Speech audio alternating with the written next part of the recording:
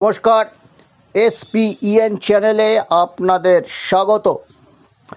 এই মুহূর্তে যে কটি বিধানসভা কেন্দ্র নিয়ে প্রচণ্ড চর্চা চলছে, যেরকম নন্দীগ্রাম আছে, ভবানীপুর আছে, স্বপ্না বর্মনকে সাসপেন্ড করায় রাজগঞ্জ উঠে এসেছে শিরোনামে, রয়েছে অভয়ের মা যেখান থেকে লড়ছেন সেই পানিহাটি, জোড়াসাঁকো, চৌরঙ্গি যেখানে সন্তোষ পাঠক প্রার্থী হয়ে পরিস্থিতি পাল্টে দিতে পারেন বলে একটা সম্ভাবনা সৃষ্টি হয়েছে। বিজেপির হয়ে তিনি প্রার্থী হয়েছেন, কংগ্রেস থেকে এসে যোগ দিয়েছেন, বহরমপুরে অধীর চৌধুরী দাঁড়াচ্ছেন।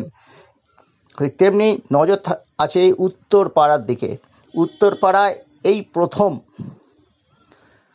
রাজনৈতিক প্রার্থী মোটামুটি দিয়েছে দুই প্রধান দল। এখানকার প্রধান দল কিন্তু সিপিএম এবং তৃণমূল কংগ্রেস। তৃণমূল কংগ্রেসের রাজনৈতিক প্রার্থী কল্যাণ বন্দ্যোপাধ্যায়ের ছেলে শীর্ষান্ন বন্দ্যোপাধ্যায়। ধরে নিন কল্যাণ বন্দ্যোপাধ্যায় এইখানে প্রার্থী। মমতা বন্দ্যোপাধ্যায় যেরকম বলেছেন 294টা সিটে তিনি প্রার্থী, এখানে কিন্তু স্পেসিফিকলি মমতার সঙ্গে কল্যাণও প্রার্থী। ছেলের হয়ে তিনি কোমর বেঁধে নেমেছেন।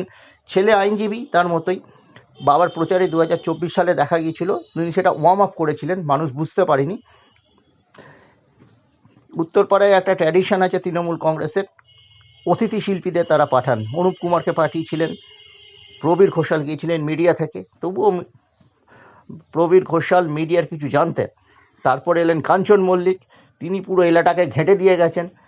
তিনি হাঁটুর বয়সী মেয়েকে বিয়ে করেছেন, তাদের যে সন্তান ভূমিষ্ঠ হয়েছে, আমি কাউকে আঘাত না করে তিনি এমন বিল করেছেন যেটাকে ইস্যু করছেন ওই সেনা অফিসার দীপাঞ্জন চক্রবর্তী। দীপাঞ্জন চক্রবর্তী টিভি চ্যানেলের সান্ধ্যকালীন যে কলতলার ঝগড়ায় খুব সুবক্তা, কিন্তু তার কি বেস আছে উত্তরপাড়া অঞ্চলে? বিজেপিরও নিশ্চয়ই কিছু বেস আছে, কিছু কর্মী নিশ্চয়ই রয়েছেন। একটা চোরা স্রোত তো তৃণমূলের এগেনস্টে আছে, সেই স্রোতের বশবর্তী হয়ে উত্তরপাড়ায় বিজেপি মাথা চাড়া দেওয়ার চেষ্টা করছে, কিন্তু তবুও একটা ভোট কাটাকাটির ব্যাপার আছে এখানে। দিলীপ যাদব উত্তরপাড়ার চেয়ারম্যান, তার দাদা আচ্ছেলাল যাদব তৃণমূল কংগ্রেস করতেন কিছুদিন আগেও। 2024-এও তিনি নির্বাচন করেছেন তৃণমূল কংগ্রেসের হয়ে, কিন্তু এই কল্যাণ বন্দ্যোপাধ্যায়ের সঙ্গে তার ঝামেলার জন্য তিনি তৃণমূল থেকে অনেকটাই দূরে সরে এসেছেন। তিনি ইচ্ছা প্রকাশ করেছিলেন বিজেপির হয়ে এই কেন্দ্র থেকে লড়ার। তাকে দিলীপ ঘোষ ব্যাক করেছিলেন, তাকে চেয়েছিলেন অর্জুন সিং। অর্জুন সিং দিলীপ ঘোষদের সঙ্গে একাধিক আলোচনায় আচ্ছেলাল যাদবকে করতে গেছেন। আচ্ছেলাল যাদব কানাইপুর গ্রাম পঞ্চায়েতটা পুরো কন্ট্রোল করেন। শুধু তাই নয়, যাদব গোষ্ঠীর ভোট কিন্তু তিনি করেন। তার ভাইকে প্রার্থী করেনি তৃণমূল কংগ্রেস, সেখানে তার জাত শত্রু কল্যাণ বন্দ্যোপাধ্যায় ছেলেকে করেছে। যাদব ভোট কিন্তু তিনি যখন প্রার্থী হতে পারলেন না, তাকে টপকে দীপাঞ্জন বন্দ্যোপাধ্যায় করেছিলেন। তিনি লিখিত চিঠি দিয়ে আবেদন করেছিলেন বিজেপি প্রার্থী হওয়ার জন্য। এবার এই আচ্ছেলাল যাদব কি করতে চলেছেন, আমাদের কাছে যে খবর উঠে আসছে, তিনি কিন্তু তার নিজস্ব যে ভোট ব্যাংক আছে উত্তরপাড়ায়, পুরোটাই ট্রান্সফার করে দিতে চাইছেন মীনাক্ষী মুখার্জির দিকে। মীনাক্ষীর ইনার সার্কেলে যারা আছেন উত্তরপাড়ায়, কয়েকজনের সাথে কিন্তু আচ্ছেলাল যাদবের একটা দারুণ পারিবারিক সম্পর্ক রয়েছে, সেটাও কিন্তু ফ্যাক্টর হিসেবে কাজ করতে পারে। এখন এই যে যাদব ভোট এবং ওই কানাইপুর গ্রাম পঞ্চায়েত সহ আরও বিভিন্ন বিস্তীর্ণ এলাকায় যেখানে আজও তৃণমূলের হয়ে কাজ করেন তার স্ত্রী, এখনও পঞ্চায়েত সমিতির প্রধান এই আচ্ছেলাল যাদবের স্ত্রী, তিনি কিন্তু কল্যাণ বন্দ্যোপাধ্যায়কে শিক্ষা দেওয়ার জন্য পুরো ভোটটা ট্রান্সফার করে দিতে পারেন মীনাক্ষীর দিকে। মীনাক্ষী ওই এলাকায় রয়েছেন প্রায় 4 মাস। পুজোর পর থেকে, নভেম্বর থেকে তাকে ওই এলাকায় একাধিক কর্মসূচি নিতে দেখা গিয়েছে। হুগলি জেলা সম্মেলনে ওইখানে সফলভাবে তিনি করেছিলেন। টার্গেট করেছে ওখানে বেশ কিছু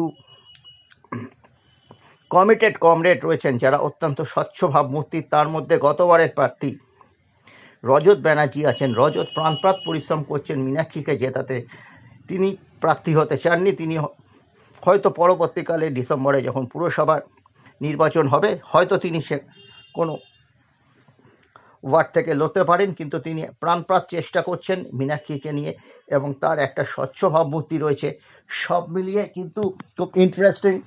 আজকে তৃণমূলের যে অন্তর্দ্বন্দ্ব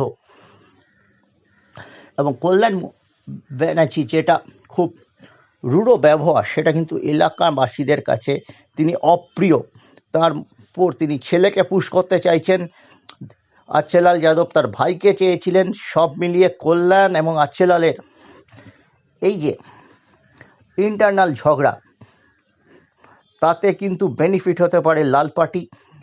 দীপাঞ্জন বাবু এসেছেন, দীপাঞ্জন বাবু এসে অনেক বড় বড় কথা বলেছেন। তিনি কটাক্ষ করেছেন কাঞ্চন মল্লিকের, যেভাবে তিনি কার্যত লুট করেছেন সরকারি টাকা তার সন্তান প্রসবের সময়, সেই ব্যাপারটিকে বড় এফেক্ট ফেলছেন। এলাকায় কল কারখানা বন্ধ।